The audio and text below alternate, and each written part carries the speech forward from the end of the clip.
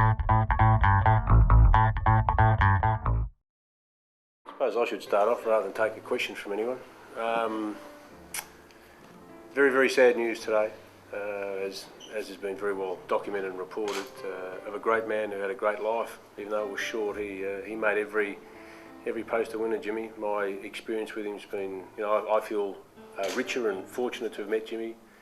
I know my wife Karen, my two boys Mitchell and Darcy, our family extend not only condolences, but not just to Jim's family, obviously, but to the wider community. He'll have great support. To Sam, his wife, who incredibly tough lady, who's endured a great life with Jim, and in the previous 2.5 to 3 years has obviously gone through, seeing someone who she loves dearly slowly fight a battle that I think in the wider community we all need to understand is one that Jimmy won, to be honest. I think the diagnosis early was not great, but to extend his life the way he did, I think is a remarkable effort. He's a remarkable man.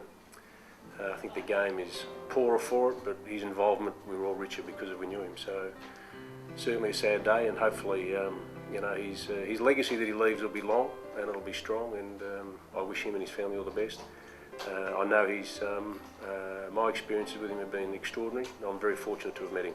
So if there's any other questions you want to ask, feel free, but I think it's important to get that across. What was he like to work closely with Bales, obviously there at Melbourne for many years, and I remember there were several times where you were really under the pump with the media and he'd get out on the front foot and really defend you. Yeah, he because of his association with Reach, he's got an unbelievable understanding and a connection with the youth. When I say youth, I'm not talking 17, 18, 19, I'm talking 13, 14, 15. He walks into a room, not only does he light it up, but he walks in with a degree of confidence. He walks in with a great experience. But I remember a couple of occasions where I rang him when gone round to his house in round the corner from Junction Oval, actually. I walk in, he looked, pale and ordinary, Jim, and he said, "I'll make a cup of tea," and I thought, "Oh, good." So I sit down and have a cup of tea with him, and his insights into life through his experiences are extraordinary. So, no, an amazing man, no question about that. He was one of the first truly successful Irish recruits. How do you think that's changed the recruiting method for international players? I know when I was at Melbourne, we spoke about, it could possibly one of the best stories in regards to someone from Ireland coming and playing.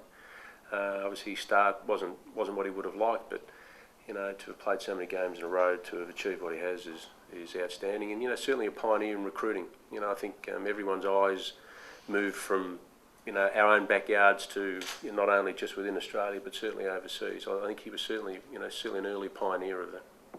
Just looking at things like Twitter this morning, it's created a reaction within the Melbourne Footy Club, broader football and also outside football. What is it about Jim that makes him so important to people and so people are able to relate to him? I just think it's the principles and the beliefs and values that he's always held. He fought to have an AFL career, and he made a success of it. He fought to ensure that the youth there was a pathway for them. He fought for that, established Reach. When he's committed to something, he's 100% behind it and goes 100 miles at it. And I think people really respect that. I think that's why he's such a great leader. I mean, people like following him, people like talking to him, and he would give his time up freely, I think, and sometimes at the expense of his family, Jim, but certainly gave his time up freely to anyone and everyone. And he's helped a lot of people. I think there'd be a long line of people who would say, yeah, but at some stage the words from Jim Stynes has helped me in my life. Is there a particular story or incident that you'll always remember, Bales, regarding Jim? There's a number of them, but I think the image of Jimmy out in the ground with Austin Montgomery's father, I think that's a picture that'll stay with me for the rest of my life, no doubt about that. But I always found Jimmy approachable. We had great football conversations. We had great conversations about people's lives. The youth, the young players we were drafting in, and he was always concerned: are we educating them well enough? Are we spending enough time with them? In the first 2 or 3 years at a football club, how important that is. He was very, very strong in that, and that'll be sorely missed. What was it about the Wanamiri moment that got you? Oh, if I go back to the Irishman, who's become an icon of the Melbourne Football Club. I don't think that's unfair or not just.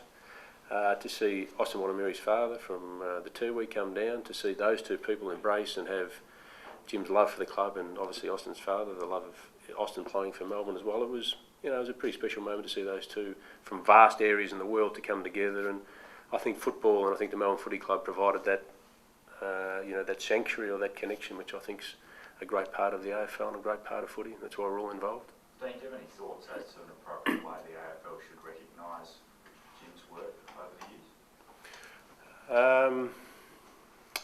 No, I don't. No, certainly not at this stage, no. But someone who's had that much that influence, I think certainly the Melbourne Football Club will be. I'm sure they'll have some ideas of how they can treasure the legacy. Because I think it's certainly not just a story about Jimmy, but also what he brought to the club as well. In there, when we were in trouble, we all turned to Jim, and he got out in front and led the charge. So he's saved the club. He certainly helped to put the club back on the map, which is fantastic. I think people who have got far better horizons than I have will probably come up with something that's very, very respectful for him. But he's a great part of the Melbourne Footy Club history, no question.